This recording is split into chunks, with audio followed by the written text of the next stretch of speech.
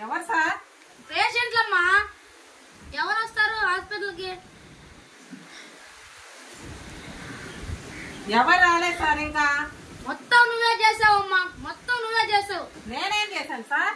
నువ్వు బోర్డు ఎలా రాపించావు? నువ్వు నేనేం రాపిమంటే నువ్వేం రాపించావు? నేను వైకుంఠం క్లినిక్ అని రాపియమ్మా అని చెప్పాను, నువ్వే రాపించావు. వైకుంఠానికి దారి అని రాపిస్తావు. ఎవరు వస్తారు? నర్స్ ఎవరు వస్తున్నట్టున్నారు చూడు. వస్తున్నారు సార్, వస్తున్నారు. అమ్మయ్యా, ఎన్నాళ్ళకి పేషెంట్లు వస్తున్నారు. రండి సార్, రండి రండి రండి. ఏమైంది సార్? కూర్చోండి,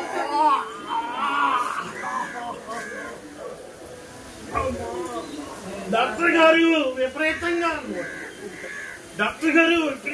కడుపు నొప్పిగా ఉంది సార్. నువ్వే కాపాడాలి నన్ను. అంతలా తిన్నావయ్యా? ఏం లేదు సార్, రాత్రి బిర్యానీ అంత తిన్నాను సార్, అంతేను. ఇంతే సార్, ఇంతే తిన్నాను సార్. పొద్దున్నే మిగిలిన బిర్యానీ ఉంటే ఇంతే తిన్నాను సార్, అంతేను. తాగాను సార్, ఇంత మజ్జిగ తాగాను సార్, ఇంత దబర్ నిండా మజ్జిగ తాగాను సార్. ఏమో సార్, నేను ఎప్పుడు తింటానే ఉంటాను సార్. నువ్వే కాపాడాలి సార్.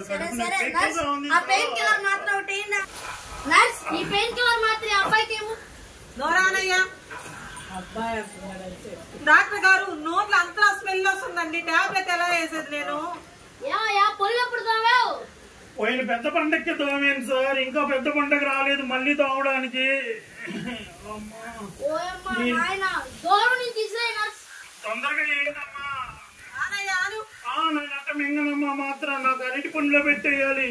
నేను చిన్నప్పటి నుంచి నేను అరటి పండులో పెడితేనే మాత్రం మింగుతాను సార్. నాకు అరటి పండులో ఏందో నేను మాత్రం మింగను సార్. నాకు అర్జెంట్ గా ఏంటి సార్? ఎక్కడెక్కడ అరటి పండు నా కోసం తెచ్చుకున్నా చూడు. ఇదిగో ఇక్కడ ఉంది. కానివ్వండి సార్, తొందరగా ఏంటి సార్?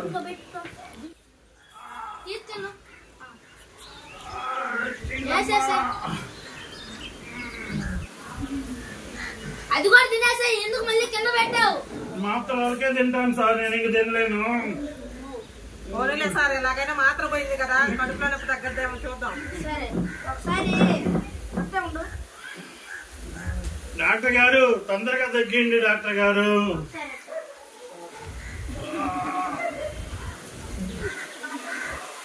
కొంచెం సేపు పనుకోయా, తగ్గిపోతుంది.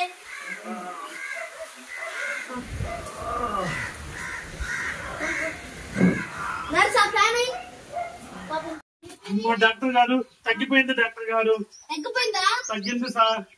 మీకు దండాలమ్మా, బాగా తగ్గించారు డాక్టర్ గారు. మీకు దండాలయ్యా, తగ్గించేసారు నా కడుపు నొప్పి. నా కడుపు నొప్పి తగ్గించినందుకు, మీకు మా ప్రాణాలు కాపాడినందుకు నా ఎస్టేట్ లో 2 ప్లాట్లు చెరొకటి రాసిస్తాను డాక్టర్ గారు. నాకు తూర్పు ప్లేస్. నాకు తూర్పు ప్లేస్ కావాలి సార్. నాకు కావాలి. డాక్టర్ గారు మీరు గమ్ముకోండి. ఆగండి ఆగండి, మీ ఇద్దరికి తూర్పు ప్లేసే రాయిస్తాను డాక్టర్ గారు.